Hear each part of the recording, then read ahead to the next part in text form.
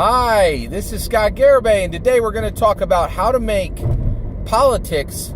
We're going to talk about Dungeons & Dragons and how to make politics in your Dungeons & Dragons game compelling for your players.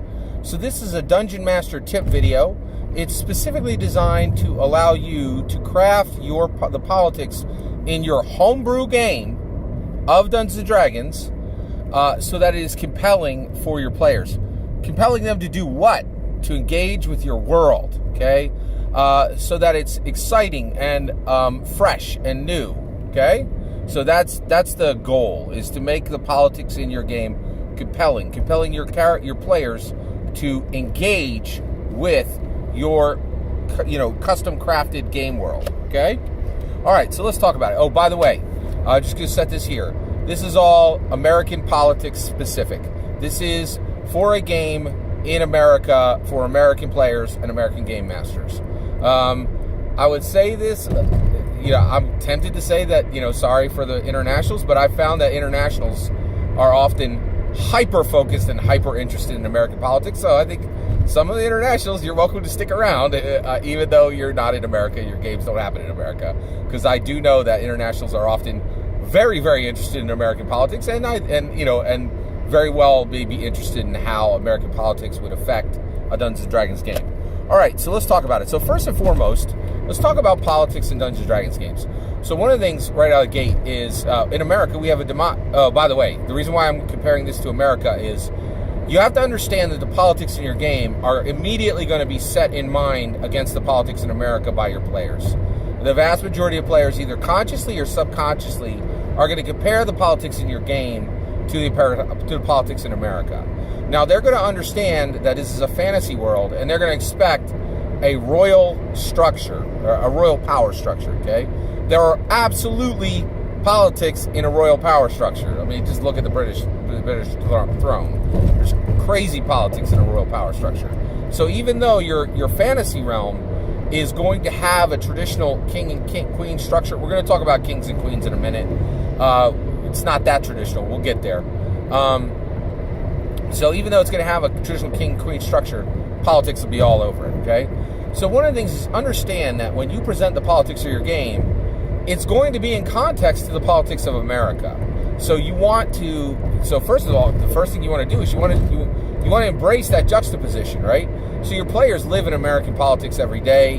Why on earth should they have to deal with the nonsense that American politics produces in the fantasy realm? You want it to be distinct and different, right? So you want your politics in your game to be different than what the players are dealing with in their regular lives. We visit these fantasy worlds because we want a new and different and exciting experience. We don't want the same old, same old. So that's important to understand. That's important to remember, okay? All right. So first and foremost, let's talk about fantasy realms and their power structure and how that maps to politics. So in a fantasy realm, you're going to have a traditional king and queen structure. So Garibay DM tip number 1, chuck the king, all right? So basically, you should either not have a king and your realm is ruled by a queen, or leave your king in and kill him quick, okay? And use that as some juice, some power, some nitro for your campaign, all right? The death of a noble could be a really exciting event, okay, in your game. And so that you can use that. Now, why are we getting rid of the king? Well, if we're in America, right, what's the Iron Throne in America? The Iron Throne is the U.S. presidency role. We've had 45 male presidents and 0 female presidents, okay? So do not put a king on the throne in your Dungeons & Dragons game for American players. It is boring.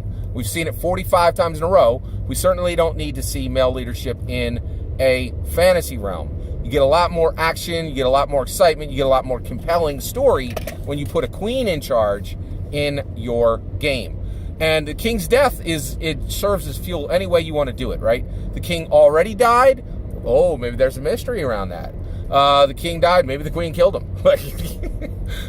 The king died, whatever, X. It's excitement, it's juice for your game, right? And having a queen in charge is different, and the players immediately are interacting in a different way with the politics of your game than they're interacting with American politics, right? We have this issue in American politics. We have 45 male presidents in a row, never had a single female president. It's a problem, right? So, and the Democrats are doing a lot to try to change that. We're going to see if that's going to change in the fall. But the reality is you could change it immediately in your Dungeons and Dragons game, and you should. And the reason why is it's just way more compelling. Immediately, your world is juxtaposed to the real world. And that's why your players are coming. They don't, if they wanted the real world, they could sit at home and play, another game of Call of Duty. They don't need to be at your table to experience the real world. So give them something cool, give them something unique, give them something special. Okay? All right, so you want to get rid of the king right out of the gate. So you're going to have a queen in charge. What else changes? All right, so from there, you can pull a lot of exciting things out from American politics. So one of the things that's great in your games is court politics. Court politics are really exciting. Also, realize that the interaction of politics for your player characters, right, are going to happen specifically from...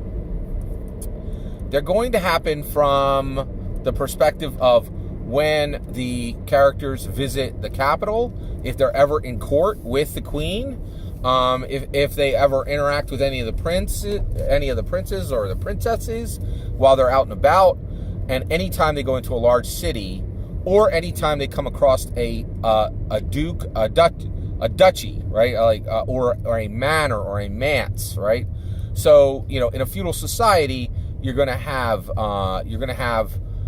barons and baronesses, dukes and duchesses, provinces, right?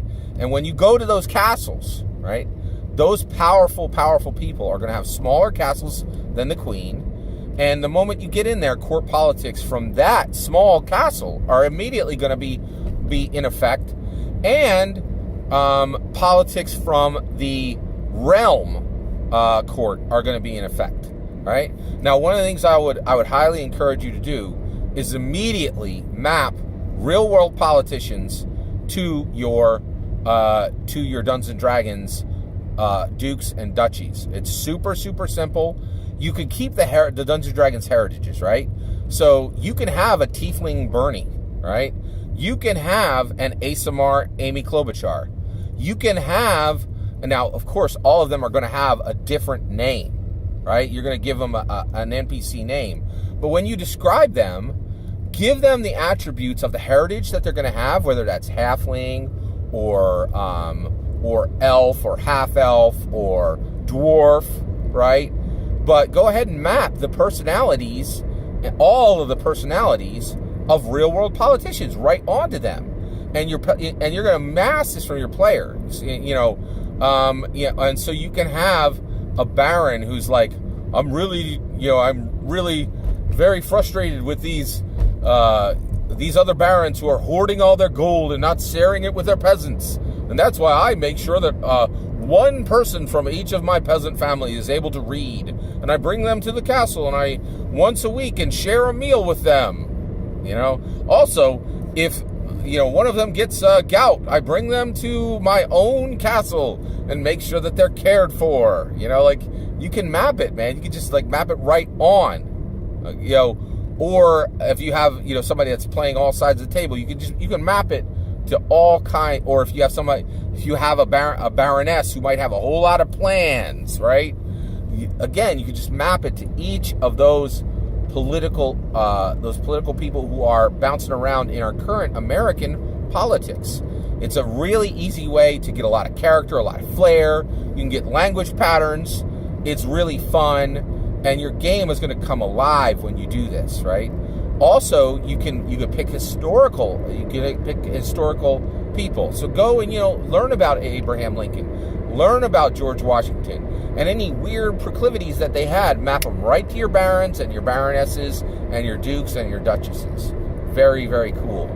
Now, we have a lot of structures. So one of the things, too, is you want to look at the U.S. American government, right? So we have 3 branches of government. We have the legislative, we have the judicial, and we have the executive, right? Now, with the executive, it's clear, right? The nobles have all the power, right? What about judges? What about judges and who judges? Now, that power is also given to the barons and the baronesses. But often they will delegate that power to different people in their area. So you have the judicial there. So you have, and then the legislative. What about the laws, right? So once you get past, so of course the Queen's rule is going to be very powerful, and it's going to affect certain people. It's going to affect everyone. But once you get into certain territories, there could be unwritten laws where a baron or a baroness or a duke or a duchy really drops in very specific rules and laws to that territory, which may be in direct opposition to what the Queen has already spoken, right? And the people are quiet about it. And those unwritten laws, which are very, very much actually administrated and held in place in those areas, that can become very, very interesting. So those are all ways that you can immediately make your politics in your game much more compelling. Just map it to, and there's a lot of excitement and a lot of energy that comes out of American politics. Also, events that you see, right, in American politics. Think about how you can craft that and immediately shunt that right into your game, and put it through, squeeze it through that fantasy realm filter and let it change and transform, right? But let it retain that original shape of what it really looked like when it was, let it retain that original shape of what it looked like when it was the original,